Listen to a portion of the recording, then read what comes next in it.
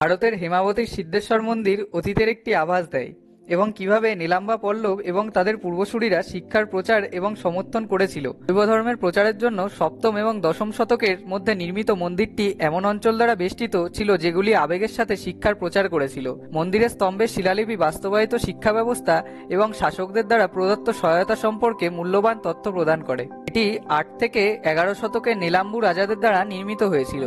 বিশ্ববিখ্যাত শিব মন্দিরটি হেমাবতীর ওপর নৃতাত্ত্বিক ভগবান শিবের সবচেয়ে বড় পাথরের মূর্তি। প্রতি বছর শিবরাত্রি উদযাপনের অংশ হিসেবে যাত্রা, সিরিমানু, ফুলের রথ, অগ্নিগুণ্ডাম, চিন্না রথোৎসব এবং ব্রহ্মা রথোৎসবের মতো বড় বড় উৎসব উদযাপন করা হয়। বন্ধুরা, আজকের ভিডিওতে আমরা হেমাবতী মন্দিরের সম্পর্কে কিছু আকর্ষণীয় ফ্যাক্টস জেনে নেব। আপনাদের স্বাগত জানাই ফ্যাক্টস জেনের নতুন একটি এপিসোডে।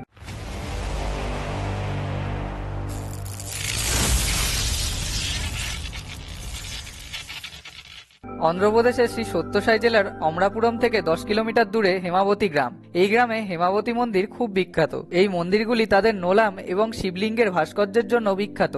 হেমাবতী মন্দির, যা কেন্দ্রীয় প্রত্নতত্ত্ব বিভাগের মালিকানাধীন, সেখানে বিশ্বের বৃহত্তম ভগবান শিবমূর্তি কালভৈরব একটি 5.8 ফুটের মানব রূপ রয়েছে। কালো পাথরের তৈরি শিবলিঙ্গগুলি তাদের বিপরীত মণ্ডপ থেকে মহামানিত্যভাবে উঠতে দেখা যায়। প্রায় 14 একর এলাকা জুড়ে বিস্তৃত এই পার্কটি সবুজের সমারোহ। বর্তমানে সব মন্দিরই 9 থেকে 10 শতকের মধ্যে নির্মিত। এর মধ্যে সিদ্ধেশ্বর স্বামী এবং দেওদেশ্বর স্বামীর মন্দিরগুলি পশ্চিমমুখী হওয়ার কারণে শিব মন্দিরগুলির থেকে অনন্য। এই মন্দিরগুলির গর্ভগৃহটি বর্গাকার এবং অর্ধমণ্ডপম রয়েছে। এটি বিশেষ যে গর্ভগৃহের বিপরীতে একটি নন্দীমণ্ডপ রয়েছে, যার একটি মার্জিত সম্মুখভাগ নেই। ঘরের দেয়ালে ঘুঘু এবং বিভিন্ন প্রাণীর মূর্তি রয়েছে। স্তম্ভগুলো সবই মসৃণ কালো পাথরের খোদাই করা। ভারতীয় কিংবদন্তিগুলি এবং প্যাটিগুলির পরিসংখ্যান দিয়ে সজ্জিত ভাস্কররা তাদের দুর্দান্ত করে তুলেছে। এই মন্দিরগুলিতে আলো আনার জন্য জানালা এবং গবক্ষম 10 শতকে তৈরি করা হয়েছিল এবং জানালায় গঙ্গা, বিষ্ণু, ব্রহ্মা, কার্তিকেয় এবং মিথুনার ভাস্কর্যগুলি এমবেড করা দেখা যায়। এবার আমরা জেনে নেব এই মন্দিরে অবস্থিত ভৈরবের বর্ণনা। ডান পা ঝুলিয়ে ললিতাসনে উপবিষ্ট তিনি। তার উপরের ডান হাতে বাম হাতে ত্রিশূল ধারণ করেছেন। ওপরের অংশে দামরুক এবং কপালা, তার নিচের বাম হাতটি অভয়া মুদ্রা গঠন করেছে।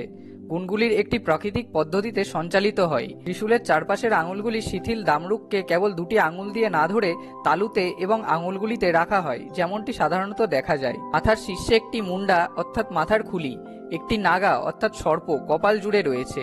অতিরিক্ত অলঙ্কারগুলির মধ্যে রয়েছে বেজওয়ালা সিংহমুখা মেখলা, রত্নদাম, কাটিবান্ধা, কুণ্ডাল, বৃত্তাকার চুড়ি এবং পায়ের পাতা। ভৈরবের এই চিত্রায়ন তার উগ্র প্রকৃতির ওপর জোর দেয় না, পরিবর্তে একটি স্বাগত ব্যক্তি উপস্থাপন করে। যাই হোক, 152 সেন্টিমিটার লম্বা এবং 92 সেন্টিমিটার তার প্রশস্ত বিন্দুতে দাঁড়িয়ে এই বিশালাকার কালো সিস্ট ফিগারটি একটি অসাধারণ সৌন্দর্য তুলে ধরেছে। মন্দিরের স্থাপত্য সম্পর্কে কিছু জেনে নেওয়া যাক। মণ্ডপের ভেতরের মন্দিরের দেওয়াল ও স্তম্ভে নুলাম্বা শিল্পীরা সুন্দরভাবে ভাস্কর্য করেছেন।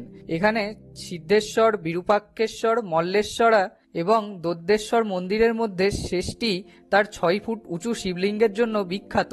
দেওয়ালগুলি ভাস্কর্যের ছবি দিয়ে আচ্ছাদিত এবং মহান মহাকাব্য মহাভারত এবং রামায়ণের গল্পগুলি বর্ণনা করে।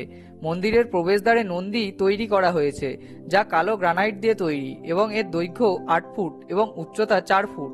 এখানে কিছু উৎসবও হয়। রথোৎসব ফেব্রুয়ারি এবং মার্চ মাসে অনুষ্ঠিত হয়, যা হিন্দু ক্যালেন্ডার মাসের ওপর নির্ভর করে। অন্ধ্রপ্রদেশ, কর্ণাটক থেকে ভক্তরা এই উৎসবে অংশ নিতে আসেন। বন্ধুরা, এই ছিল সিদ্ধেশ্বরী হেমাবতী মন্দির সম্পর্কে কিছু আকর্ষণীয় ফ্যাক্টস। আপনাদের যদি ভিডিওটি ভালো লেগে থাকে তবে একটি লাইক এবং শেয়ার করে দেন। আর এইরকমই আরো নতুন নতুন অবাক করানো ফ্যাক্টসের গল্প শোনার জন্য আমাদের চ্যানেল ফ্যাক্টজেনটিকে সাবস্ক্রাইব করে বেল আইকনটি প্রেস করে দেন।